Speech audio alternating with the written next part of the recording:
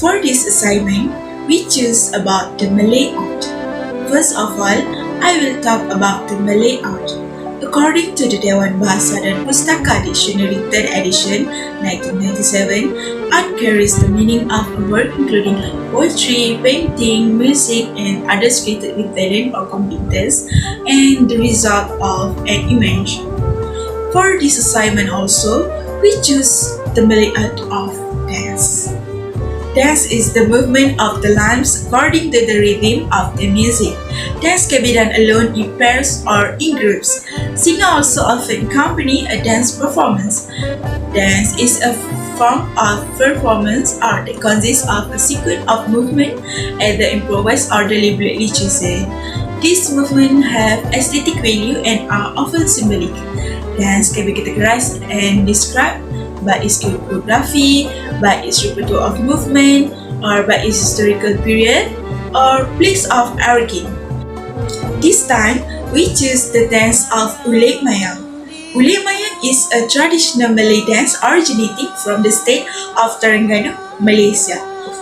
It is a type of worship dance in which a unique song is sung with the accompaniment of a Malay orchestra consisting of drums, gongs, violins, and accordions. Ulek Mayang song is a unique song that accompanies this dance. This song is claimed by some Malaysians as haunting because, apart from its origin as a worship song, its rhythm is also said to be light. Hello, I'm Fateh and I will talk about the origin of Ulek Mayang. Ulek Mayang is a traditional dance that comes from Terengganu. This art, considered as a treasure of Terengganu that is preserved to this day. The dance is traditional game of the Malay community in Terengganu who live on the beach coast. There was also a myth that said this dance was originated from the other side of the Javanese archipelago.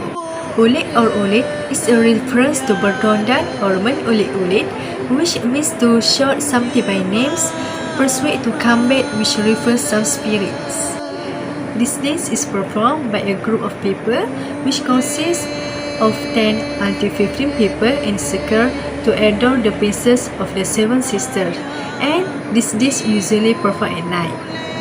Ulek Mayang is a popular Malaysia because it relates to mystic realms. Ulek Mayang is starts from hundreds of years ago and is actually matrasan to eliminate evasive spirits. In the past, Ulek Mayang song were accompanied by dance. This ritual is often performed in coastal areas, which is used as a method to treat one illness. The example of this illness is obsession. However, as the time changes, Ulek Mayang dance and song are now used as cultural performances in certain occasions. So that's all from me.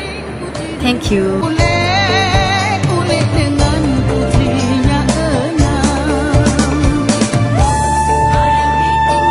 Okay, thank you Fatin. So now let's move on. I'm Mimi and I would like to explain how Ulek Mayang dances was presented.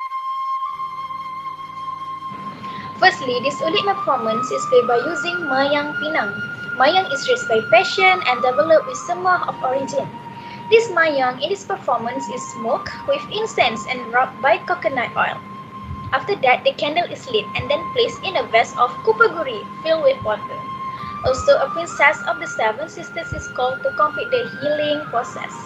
The performance is done especially on the night of the full moon by making a circle at the beach. After that, the shaman holding a Mayang Pinang and sitting in the middle of the stage. The dance is performed around 10 to 15 people by making a circle to worship a princess of the seven sisters. And those who invoke must age between 15 to 40 years old. During the process, it will be accompanied by seloka and pantun that will recite by the patient friends. In the early stage, there was no musical instruments to accompany the performance, but then, when the shaman starts singing, the tambourine is played in order to accompany the shaman singing with certain behavior that are initially slowed down and become more moderate and high tone. And it can't be missed because it will reducing the shaman's concentration and will not bringing down the seven sisters into the ritual worlds and spirit. However, nowadays, Ulek Mayang associated only as traditional art performance that are still actively in several locations in Terengganu such as Kampung Pasir Panjang, Kuala Terengganu, which can be considered as musical art theatre because in there having a various performing such as sound verses, dances, and gripping. Also, all the element of the lyric of Ulek Mayang in the song also changed after advent of Islam without missing any superstitious element in recitation of mantra. Thank you, Shamimi. I am Fatiha, the folk presenter of this group. Okay, one of the uniqueness of this dance is the costume of Ulek Mayang dancers has two types of clothes.